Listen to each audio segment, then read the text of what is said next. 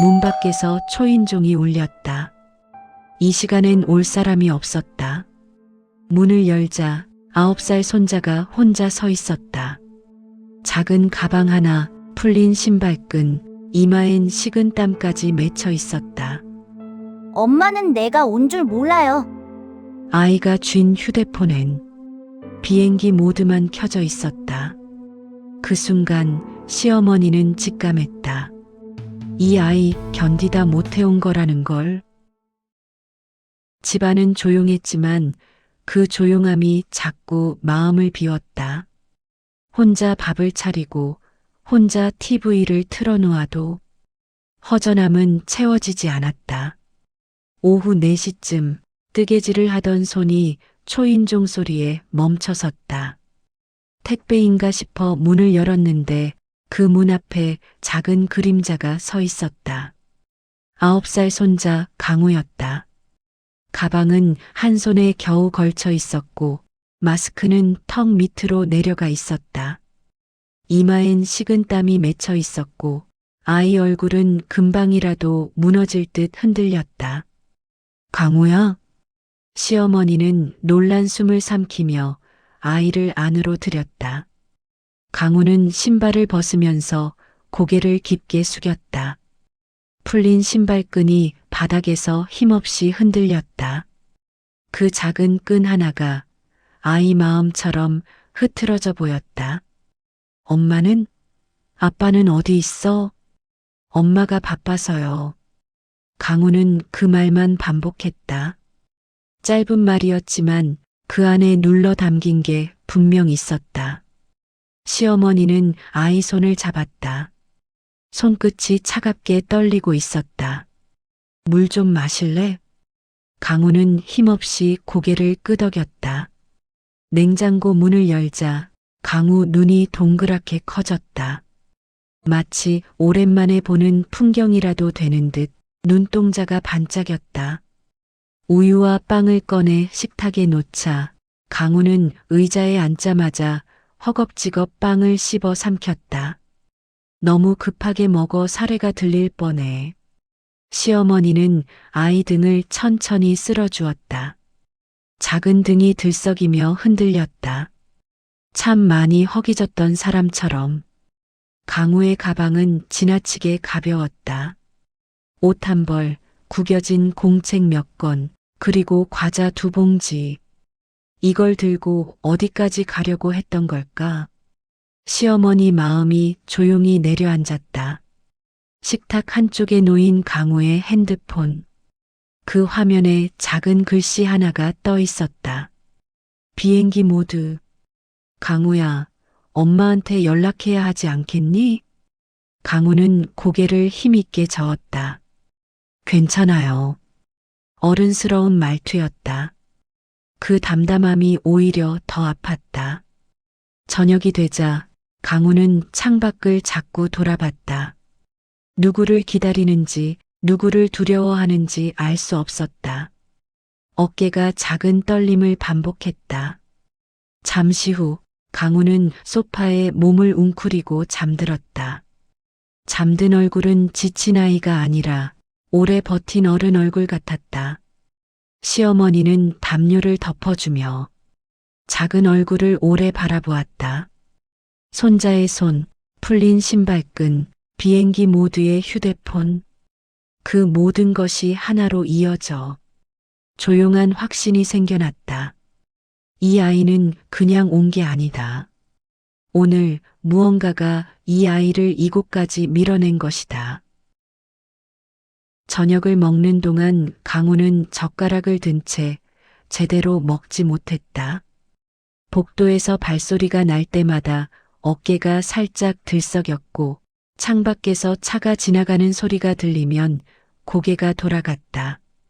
시어머니는 그 작은 반응 하나하나가 가슴을 눌렀다. 아이가 얼마나 불안한지 너무 선명했다. 강우야, 엄마한테 연락해야 하지 않겠니? 조심스러운 목소리가 식탁에 스며들었다. 강우의 젓가락이 허공에서 잠시 떠 있다가 천천히 내려앉았다. 괜찮아요. 짧은 한마디였지만 그 안에 무언가 감춰져 있다는 걸 모를 수 없었다. 괜찮긴 뭐가 괜찮아. 엄마가 걱정하실 텐데. 시어머니의 말에 강우는 고개를 세게 저었다. 엄마는 몰라요. 제가 온 거. 그 말이 방 안에 조용히 떨어졌다. 작지만 무거운 소리였다. 식탁을 치운 뒤 시어머니는 아이폰을 눌러보았다. 비행기 모드가 풀리자 알림이 몇 개 떴지만 며느리에게서 온 건 하나도 없었다. 전화를 걸어보니 신호도 없이 바로 끊겼다. 통화가 불가능합니다. 익숙한 멘트가 반복됐다. 차단을 직접 확인하지 않아도 느낌으로 알 수 있는 그 끊김이었다. 강우는 폰을 슬쩍 보고 고개를 숙였다. 엄마 전화 잘 안 받아요. 학교에서 전화해도 잘 안 받아요. 아이의 목소리는 담담했지만 그 담담함이 더 아팠다. 그럼 강우가 연락하면? 시어머니가 묻자 강우가 다시 고개를 저었다. 항상 진동이에요. 제가 전화해도 잘 안 봐요. 그 말은 차단보다 더 차갑게 들렸다. 강우가 이미 이런 상황에 익숙해졌다는 게 더 슬펐다. 시어머니는 잠시 숨을 고르고 강우 옆에 앉았다. 강우야, 어떻게 여기까지 온 거니? 아이의 손등 위로 시어머니의 그림자가 내려앉았다. 강우는 손가락을 꼬며 말했다.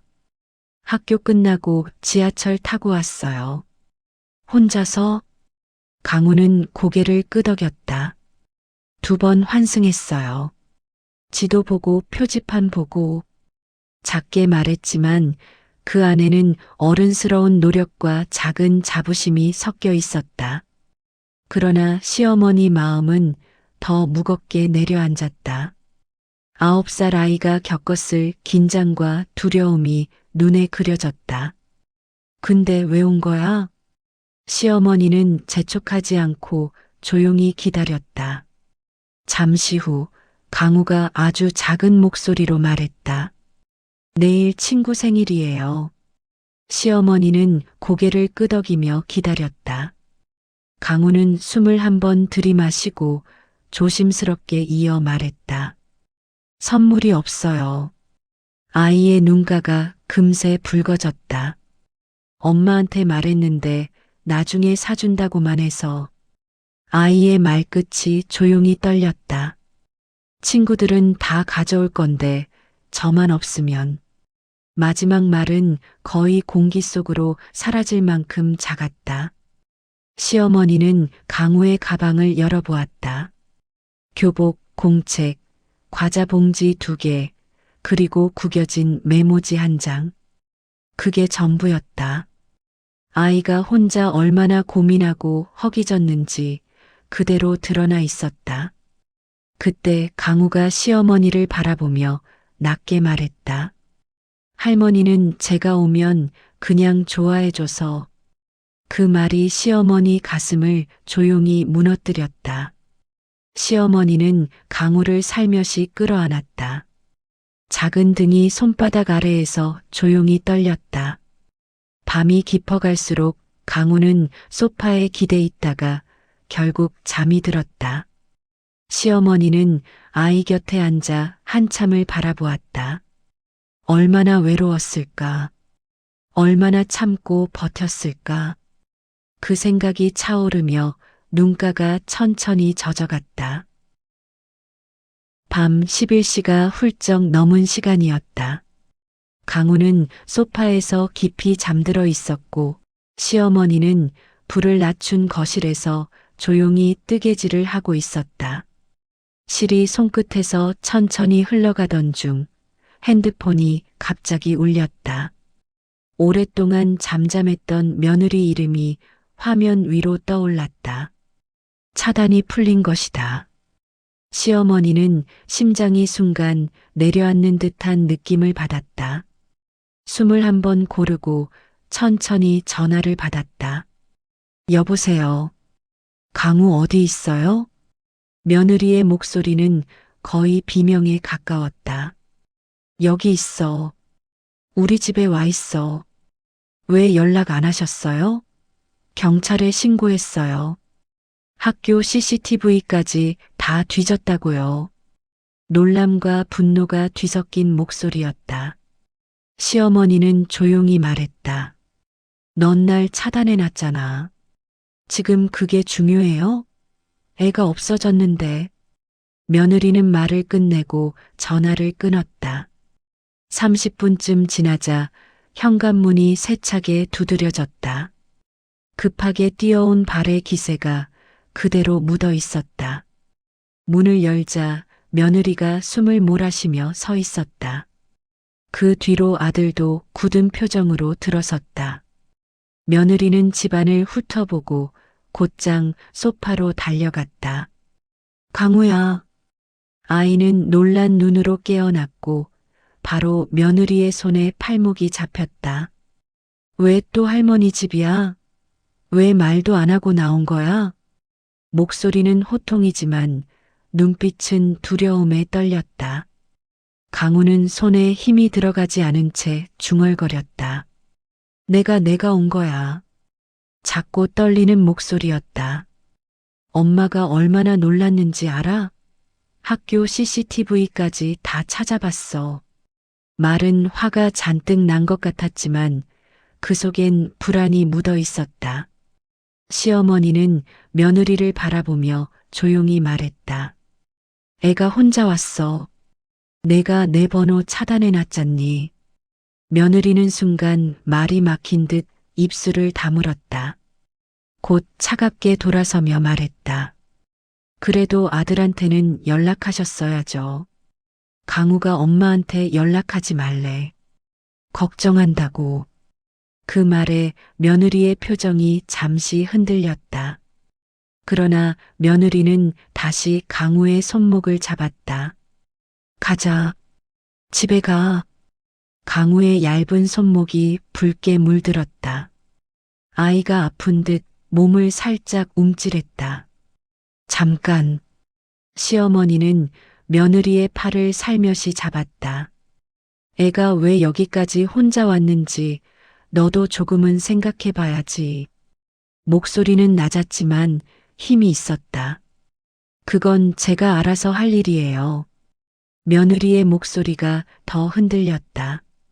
시어머니는 천천히 말했다. 지하철을 2번이나 갈아타고 왔더라. 9살짜리가. 며느리는 한순간 눈을 감았다가 고개를 돌렸다. 아들은 한쪽 구석에 서서 입을 열지 못한 채 두 손을 조여쥐고 있었다.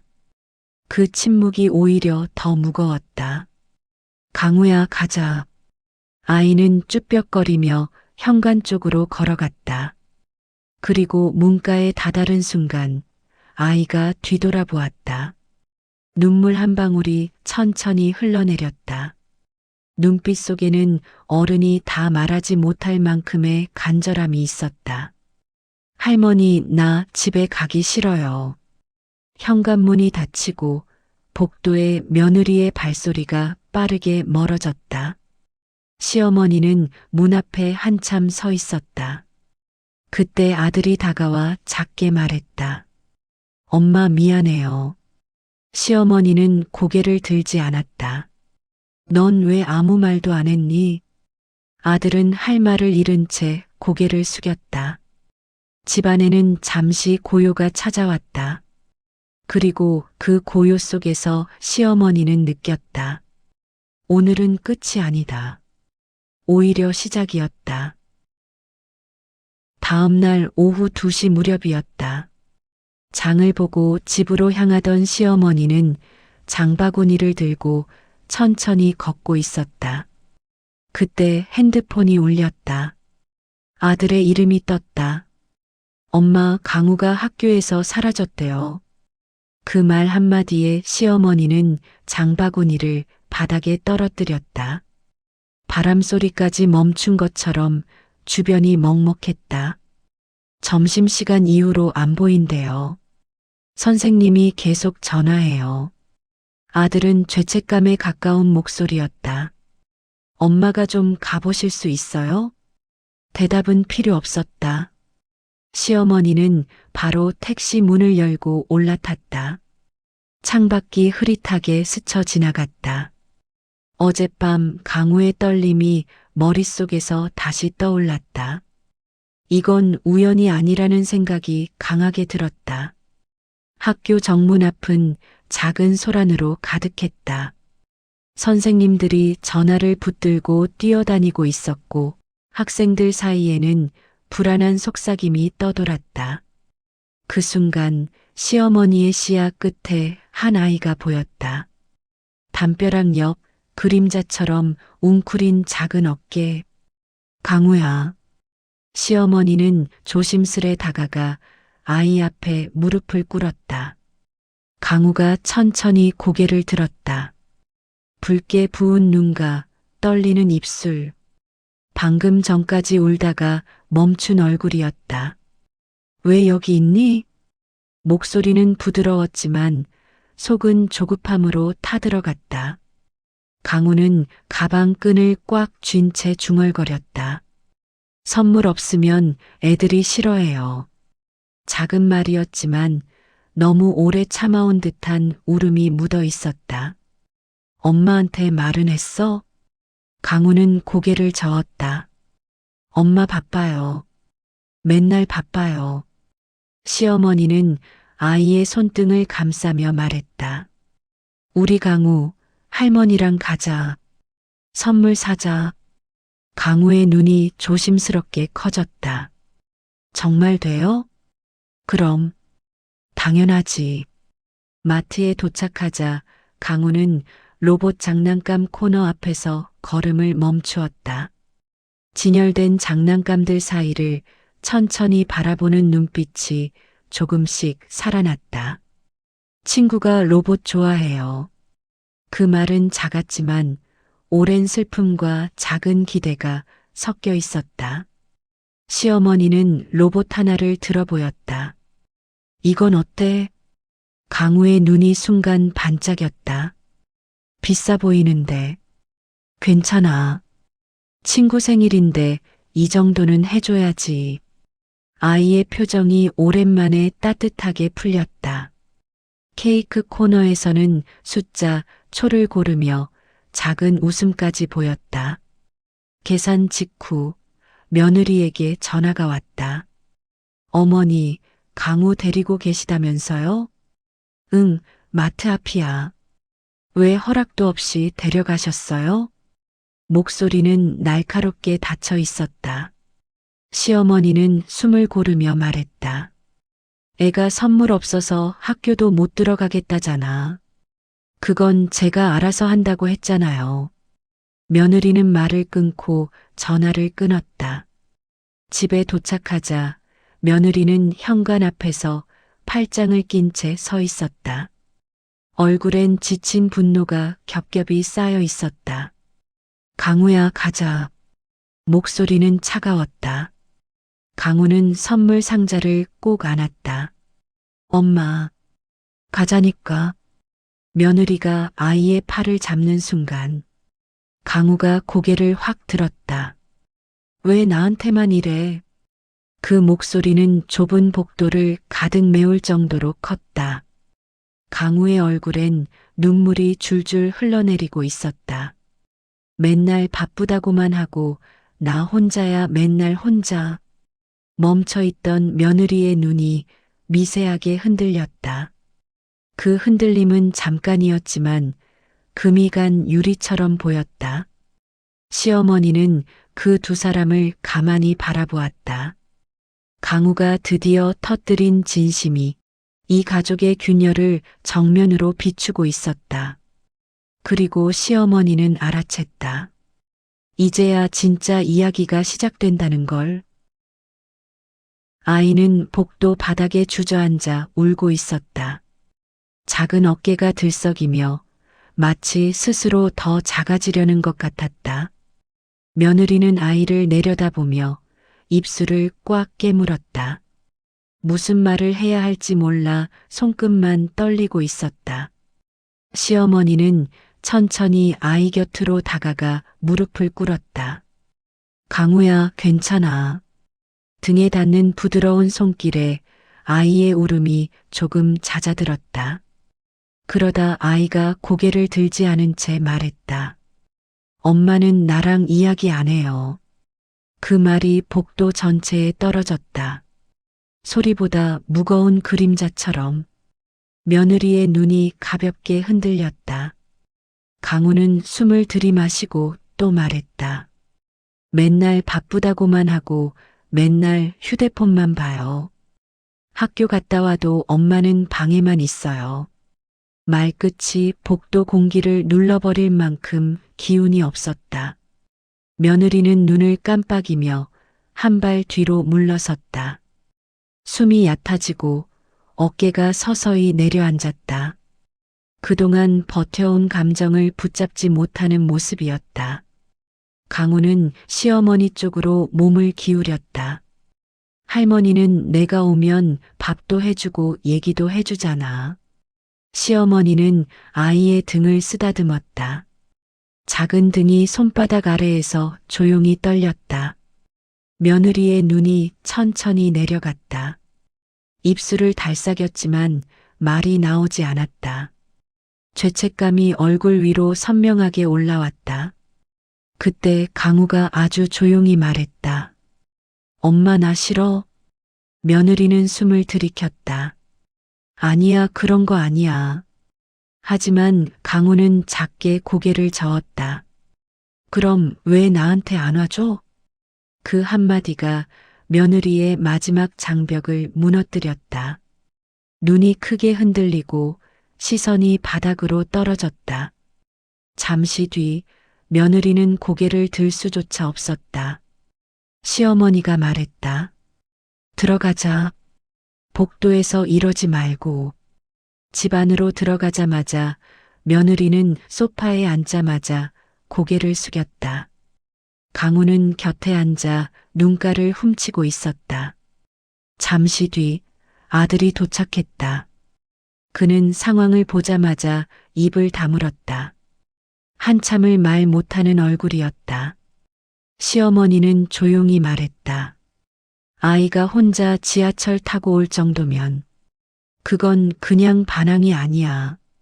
애가 견딜 수 없는 일이 있었던 거야. 그 말에 며느리의 손등이 흔들렸다.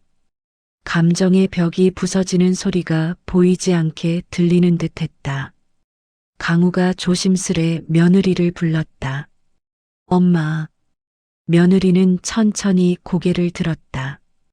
강우의 눈이 젖은 채 떨리고 있었다. 엄마 나 엄마 좋아해. 그 말 하나가 며느리의 숨통을 끊어놓았다. 눈가가 붉어지고 턱이 떨렸다. 그런데 엄마가 나 안 좋아하는 것 같아. 며느리의 표정이 그대로 무너졌다. 그녀는 강우를 그대로 끌어안았다. 미안해, 미안해, 그게 아니야. 엄마가 잘못했어, 정말 잘못했어. 울음이 멈추지 않았다. 강우도 엄마 품 안에서 다시 울기 시작했다. 아들은 그 모습을 보며 주먹을 꼭 쥐었다. 자신이 그 빈자리를 얼마나 비워놨는지 깨달은 듯 얼굴이 굳었다. 시어머니는 물 한 잔을 건네며 말했다. 힘들면 힘들다고 말 좀 하지 그랬니? 그제야 며느리는 울먹이며 말했다. 어머니, 저도 너무 힘들었어요. 회사에서 구조조정 얘기가 나왔어요. 그래서 하루하루가 너무 무서웠어요. 강우가 엄마 손을 꼭 잡았다. 엄마 괜찮아, 나 화 안 냈어. 작은 손이 엄마를 다독였다. 집안 공기가 단번에 다른 색으로 바뀌었다. 갈등이 아니라 드디어 서로의 마음이 드러나는 시간. 이 가족이 처음으로 같은 자리에 서는 순간이었다. 거실의 공기가 서서히 가라앉고 있었다. 울음이 멎자 남은 건 숨 고르는 소리뿐이었다. 며느리는 두 손을 무릎 위에 얹은 채 고개를 들지 못하고 있었고 강우는 그런 엄마 손등을 조심스럽게 잡고 있었다. 오랜 침묵 끝에 며느리가 거칠게 숨을 들이켰다. 회사에서 구조조정 명단에 제 이름이 있었어요. 그 말 한마디가 방안의 시간을 멈춰 세웠다. 석 달 전부터 알고 있었어요. 며느리의 목소리는 점점 더 갈라졌다. 그 뒤로는 그냥 버티는 것밖에 할 수가 없었어요. 시어머니는 살짝 앞으로 몸을 기울였다. 그랬구나, 많이 무서웠겠다. 며느리는 고개를 떨구었다. 출근하면 눈치 보고 돌아오면 또 다음 날 걱정하고 머릿속이 멈추질 않았어요. 강우한테 미안한데 아무것도 할 힘이 없었어요. 그 말을 들은 강우가 엄마 손을 꼭 잡았다. 엄마. 작은 목소리는 얼음보다 더 따뜻했다. 그제야 아들이 다가왔다. 나도 몰랐어. 그렇게 힘든 줄. 하지만 며느리는 천천히 고개를 저었다. 당신도 바쁘잖아요. 말해봤자 뭐가 달라지겠어요. 아들은 입을 다물었다. 그 침묵 속에 뒤늦은 후회가 스며 있었다. 시어머니가 조용히 물었다. 그래서 날 차단한 거니? 며느리는 손등을 닦으며 고개를 숙였다. 죄송해요. 그땐 정말 아무도 보기 싫었어요. 그러다 말이 목에서 걸려 나오듯 이어졌다. 강우까지 선을 그은 건 애가 자꾸 어머니 집 가고 싶다 그러니까 내가 엄마 노릇 못하는 것 같아서 너무 서러웠어요. 자신의 가장 약한 부분을 내놓는 목소리였다. 시어머니는 호흡을 길게 내쉬었다. 그래, 그런 마음이었구나. 그 순간 강우가 엄마에게 몸을 붙이며 말했다.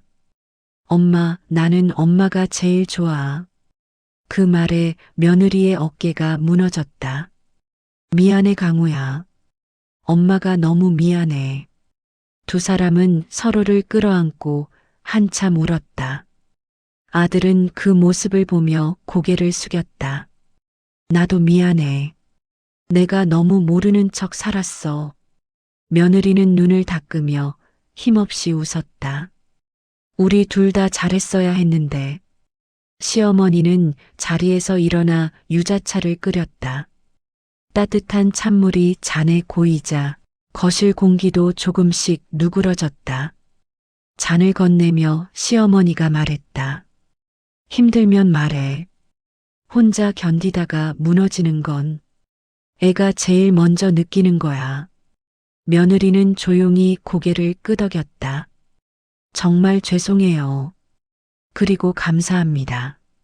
아이는 케이크 상자를 꼭 안고 물었다. 엄마, 내 생일 때 같이 있어줄 거지? 며느리는 아이를 향해 고개를 들었다. 당연하지. 약속할게. 강우의 얼굴에 환한 미소가 번졌다. 며느리는 그 웃음을 보며 눈가를 또 훔쳤다. 그동안 얼마나 이 웃음을 잃고 살았는지, 얼마나 그리워했는지 스스로도 느껴지는 듯했다. 창밖에는 해가 서서히 저물고 있었다. 거실에는 따뜻한 침묵이 흘렀다. 그 침묵 속에서 무너졌던 가족의 마음이 아주 천천히 다시 이어지고 있었다. 며느리는 핸드폰을 손에 쥔 채 한참을 망설였다. 숨을 길게 들이마신 뒤 차단 목록을 열어 시어머니의 번호를 눌렀다. 조심스러운 손끝이 차단 해제 버튼을 가볍게 누르고 지나갔다. 곧이어 강우의 휴대폰도 열어 혹시라도 내가 막아둔 게 없는지 하나하나 확인했다. 며느리는 작은 숨을 내쉬며 말했다. 됐어요. 다 풀었어요. 시어머니는 고개를 끄덕였다. 그래. 이제는 서로 막아두는 일 없었으면 한다. 강우는 여전히 케이크 상자를 꼭 안고 있었다. 시어머니는 그 상자를 가리키며 미소 지었다. 오늘은 우리끼리 작은 생일 파티라도 할까? 강우의 눈빛이 확 밝아졌다. 진짜요? 그럼. 초도 예쁘게 사왔잖아. 아이는 상자를 열며 들뜬 듯 숨을 가쁘게 몰아쉬었다. 시어머니는 케이크를 접시에 옮기고 숫자 초를 꽂았다. 초들이 케이크 위에 하나씩 서자 집안이 조금 환해 보였다. 아들도 식탁 의자를 가져와 자연스레 자리에 앉았다. 며느리는 조용히 그 모습을 바라보고 있었다. 조심스럽게, 아주 조심스럽게 따뜻해지는 표정이었다. 불 켤까? 시어머니가 라이터를 들자 강우는 고개를 크게 끄덕였다. 촛불이 하나둘 켜지자 작은 빛이 거실 공기를 부드럽게 흔들었다. 세 사람의 목소리가 자연스럽게 이어졌다. 생일 축하합니다. 노래가 흐르는 동안 강우는 두 손을 모아 웃었다. 촛불이 흔들리며 아이의 얼굴을 더 환하게 비추었다. 하나, 둘, 셋. 강우가 숨을 크게 들이마시고 촛불을 불자 10개의 불이 한순간에 사라졌고 따뜻한 연기가 천천히 위로 올라갔다. 와! 강우의 환호성이 거실을 가득 채웠다. 며느리는 그 모습을 보며 눈가를 살짝 닦았다. 아들도 오랜만에 편안한 표정으로 아이를 바라보고 있었다. 시어머니는 케이크를 자르며 말했다. 우리 강우 건 딸기 많이 얹어줘야지. 아이는 접시를 받아들고 웃음을 참지 못했다. 잠시 뒤 며느리가 조심스레 입을 열었다. 어머니, 부탁 하나만 드려도 될까요? 시어머니는 칼을 내려놓고 며느리를 바라보았다. 말해봐. 회사 일 정리될 때까지 강우 돌봄 좀 도와주실 수 있을까요? 며느리의 목소리는 작았지만 그 안에는 간절함과 미안함이 함께였다. 시어머니는 며느리를 천천히 바라보았다. 봐달라면 봐야지. 내가 할머니인데. 그 말에 며느리는 긴 숨을 내쉬었다. 마음속에서 무거웠던 돌이 내려가는 듯한 표정이었다. 정말 감사합니다. 고맙긴. 우리 강우 보는 게 제일 기쁘지. 그때 아들이 자리에서 일어났다. 시어머니 앞에서 고개를 깊이 숙였다. 엄마 제가 너무 무심했어요. 죄송해요. 시어머니는 아들의 어깨에 손을 올렸다. 이제라도 알았으면 됐지. 앞으로는 제가 더 신경 쓸게요.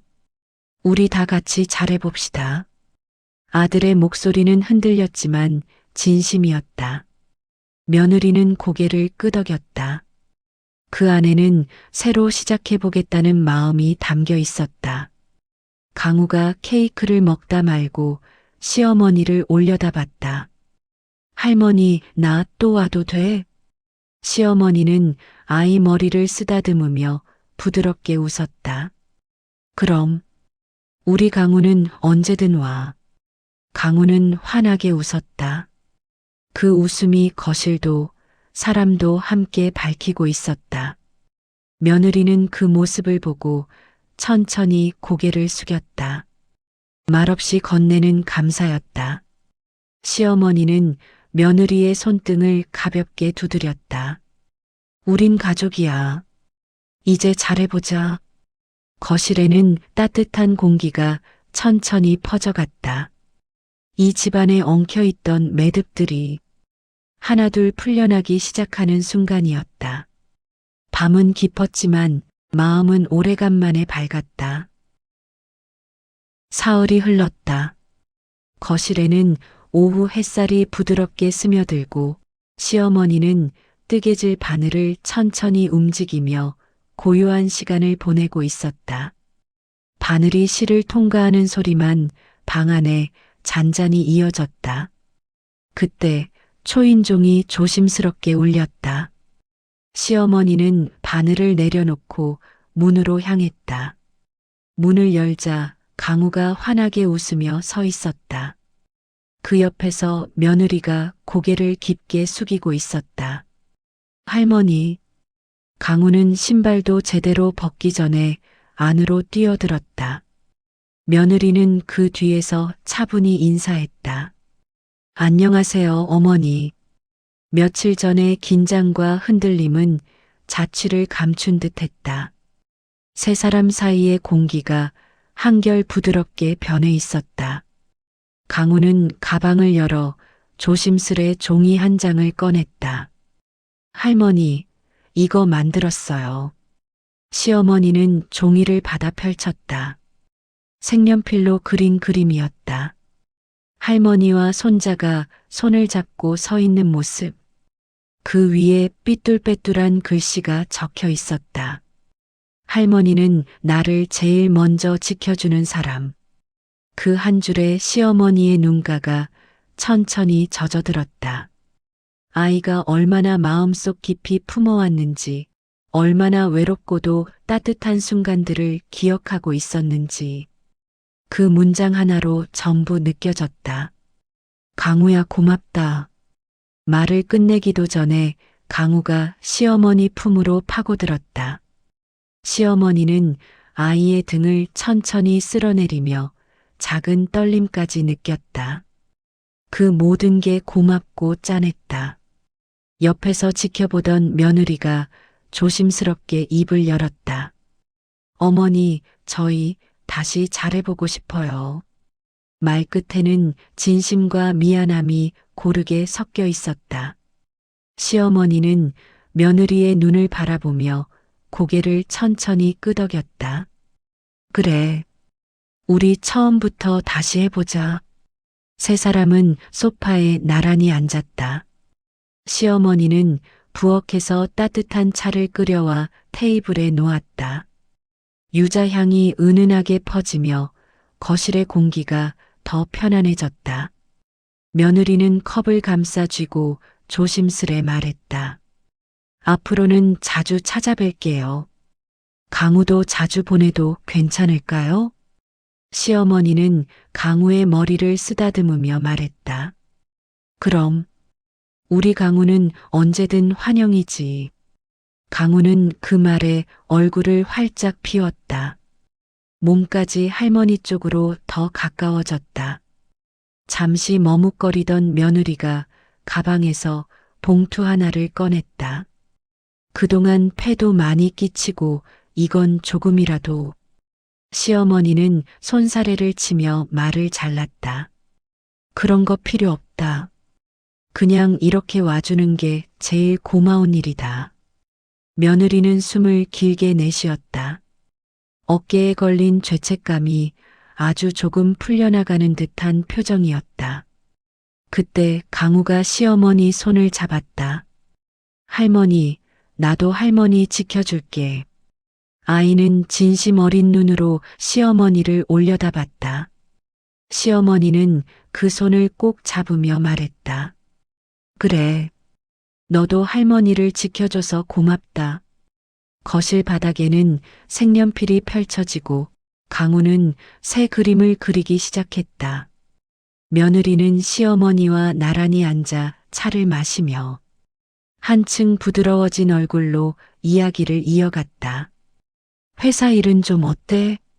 시어머니가 조심스레 묻자 며느리는 창밖을 잠시 바라봤다. 아직 불안하긴 해요. 근데 이제는 혼자가 아니라는 게 느껴져서 버틸 수 있을 것 같아요. 시어머니는 며느리 손등을 가만히 잡았다. 그래, 이제 혼자 아니야. 힘들면 혼자 끌어안지 말고 말해. 같이 도울 수 있을 때 도와야지. 며느리는 눈가를 살짝 닦으며 고개를 끄덕였다. 그 모습이 기특하고 안쓰러웠다. 창밖의 햇살이 천천히 거실로 스며들었다. 강우의 머리 위로 따뜻하게 내려앉으며 아이는 색연필을 천천히 움직이고 있었다. 시어머니는 그 모습을 오래 바라보았다. 그리고 마음속으로 조용히 떠올렸다. 날 밀어낸 건 며느리였지만 우릴 다시 이어준 건 결국 이 아이였구나. 그 생각에 시어머니의 가슴이 또 한 번 따뜻해졌다. 오후 햇살처럼 부드럽고 잔잔하고 오래 남는 온기였다. 손자가 돌아간 뒤 시어머니는 거실 한쪽에 기대 놓인 작은 그림을 한동안 바라보고 있었다. 서툰 글씨, 삐뚤어진 선들, 그 안에 담긴 아이의 마음은 어떤 말보다 더 솔직하고 뜨겁게 다가왔다. 삶은 때때로 우리를 가장 뜻밖의 자리에서 다시 이어주곤 한다. 상처로 멀어지고 오해로 돌아서도 잡아주는 손 하나에 가족은 다시 제자리로 돌아온다. 그리고 그날 시어머니가 가장 크게 깨달은 건 누군가를 지켜주는 일이 결국 나 또한 지켜지는 순간이라는 사실이었다.